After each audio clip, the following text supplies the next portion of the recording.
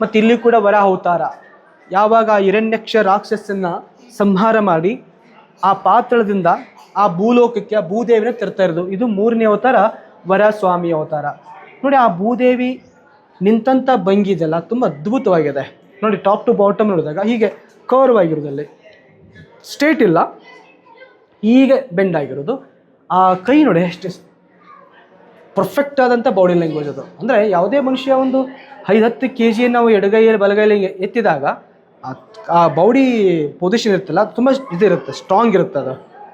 ಈ ಕೈ ನೋಡಿ, ಈ ಥರ ಇಲ್ಲ ಮಸಲ್ಸು ಈ ಥರ, ಅದು ಪರ್ಫೆಕ್ಟಾಗಿ ಈ ಶಿಲ್ಪಿಗಳು ಒಬ್ಬ ಮನುಷ್ಯ ಒಂದು ಭಾರವನ್ನು ಎತ್ತಬೇಕಾದ್ರೆ ಟೋಟಲ್ಲಾಗಿ ಮೇಲ್ಭಾಗದಿಂದ ಕೆಳಭಾಗಕ್ಕೆ ಆ ದೇಹದ ಅಂಗಗಳು ಯಾವ ಶೈಲಿಯಲ್ಲಿ ಇರುತ್ತೆ, ಯಾವ ಪೋಜಲ್ಲಿ ಇರ್ತಾರೆ ಅದನ್ನ ಇಲ್ಲಿ ತೋರಿಸ್ಬಿಟ್ಟು ನಾವು ನೋಡ್ತಾ ಇದ್ದೀವಿ. ವರಾವತಾರ ಇದು ಚಾಲುಕ್ಯರ ಒಂದು ಲಾಂಛನ ಆಗಿತ್ತಲ್ಲ, ಇದೊಂದು ರಾಜ್ಯ ಮುದ್ರೆ.